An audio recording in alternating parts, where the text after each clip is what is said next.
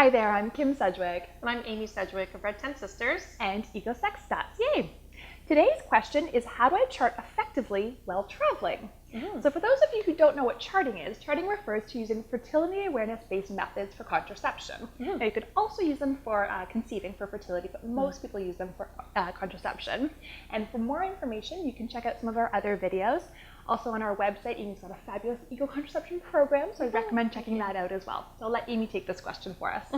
So the first thing that I really want to emphasize is that the Justice method, which is the form of fertility awareness that I teach, has a rule that says whenever you're in doubt, you need to consider yourself a peak fertility plus a count of 3.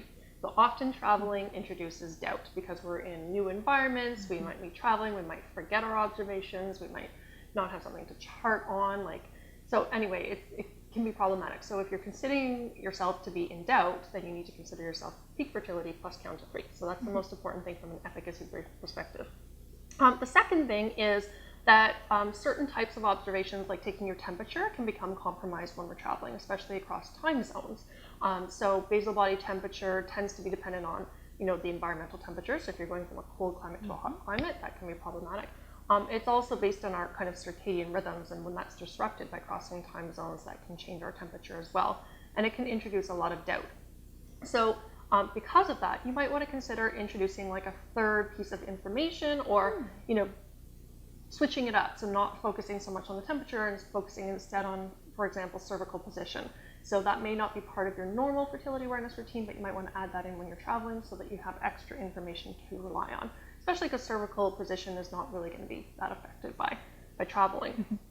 So that's the second piece of tip I would give. And then the third is to really come prepared. So if you're traveling in a country, for example, where they don't have toilet paper, then you're going to want to carry some in your purse, for example. So you could bring a roll of toilet paper, or if you want something a little less cumbersome, you might just bring a few little pieces of cloth. One of my colleagues, Ashley Annis, makes very cute little reusable toilet paper out of very pretty organic cotton, and she sells them on Etsy. So you could have kind of like a little Ziploc type bag for the clean ones and one for the dirty ones, and then when you're back in a place where you can wash them, you could just do that. You could also use your fingers just to check for the mucus, so that's another option as well if you don't have access to toilet paper. So those would be my suggestions. One of the other things is that if you're traveling to places without Wi-Fi, and those of you who are charting online, you're again going to want to become prepared. So you either want to bring paper charts with you, or have just a little notebook where you can write down your observations and then transfer them to whatever is your online app once you get back into an internet zone. Oh, those are great tips. Thanks, Ames. You're welcome. If you've got a question, you can submit it to thesisters@redtentsisters.com. You can also find us on Facebook, Twitter, and Instagram. And make sure to sign up for our newsletter to find out more about what's happening in the sisterhood. Have a great day. Take care. Bye-bye. Bye.